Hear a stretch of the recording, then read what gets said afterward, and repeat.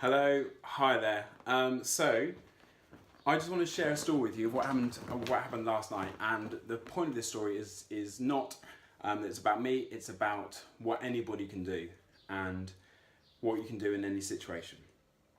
So yesterday I went to a friend's birthday party, and it finished quite late. Finished at about 12ish, half 12. And I went up on the tube, so I had to get the tube back from Covent Garden station all the way back to Hatton Cross. And that journey is about 45 minutes.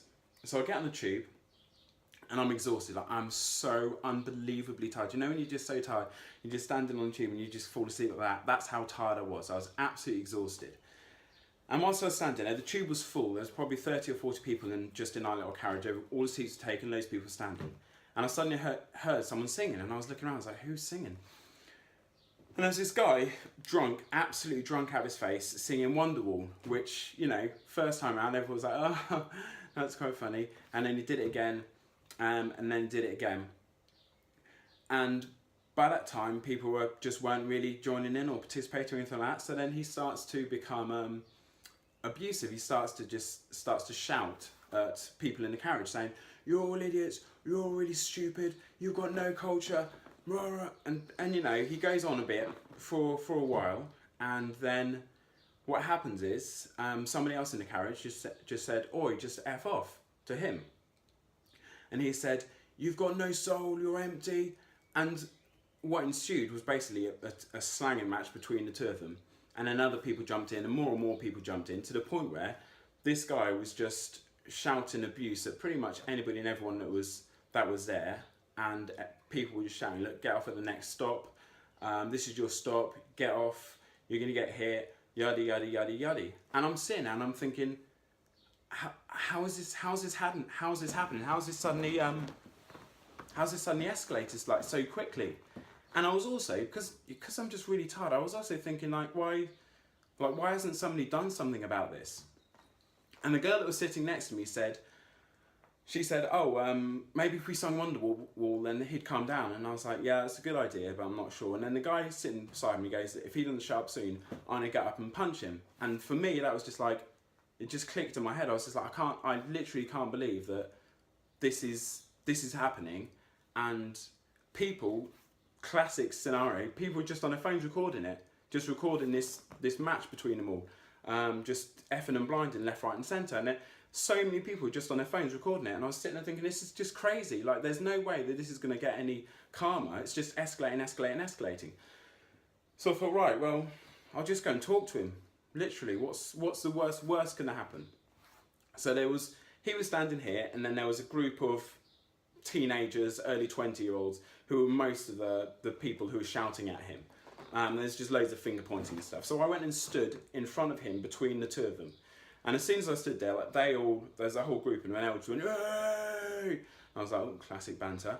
And I just kept on just tapping him on the arm, saying, excuse me, which one's your stop? Excuse me, where are you getting off?" He was absolutely drunk.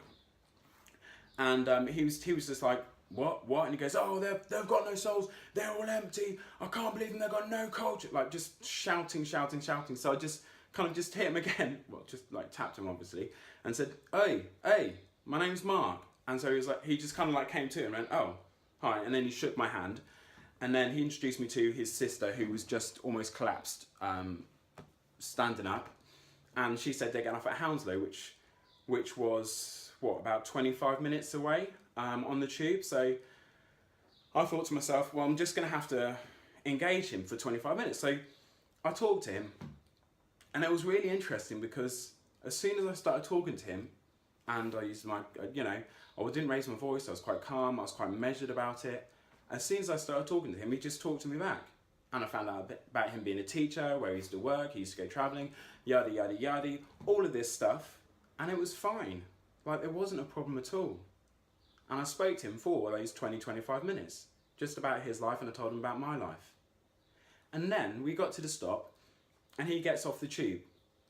And he goes off with his sister. And as I'm walking back, people are like, "Oh, well done, mate. Oh, good job.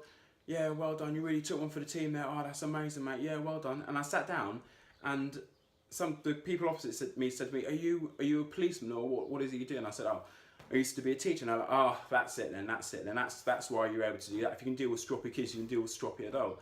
And I was like, no, it's just about talking to people. It's about understanding people and talking to them. And to be honest with you, I couldn't see the situation getting any better with everybody just shouting at him. So I figured I might as well go and talk to him. And I was just a bit shocked that I was the one that did it. You know when you see those videos and you see people film and you see everybody kicking off, and then suddenly it gets into a big fight, and it all gets put up on YouTube and stuff. And I thought that's what could have happened, but I didn't think that I would be the one to go and talk to him. Because he started talking to another guy who was absolutely massive, huge, tattoos everywhere. He started talking to him, but then he just ignored him. And then then he went back to abusing the other people. So I guess what I want to say is that this type of situation, when you're in a situation, you're thinking, I hope someone's going to do something. That's you. You're the person that can do something. You're the person that can just get up, go and do something. And if people posted more videos telling stories like this, saying, do you know what, this happened, potential thing happened, and hopefully I avoided it. I don't know whether or not I avoided it or not, but potentially I would like to think I helped in that situation.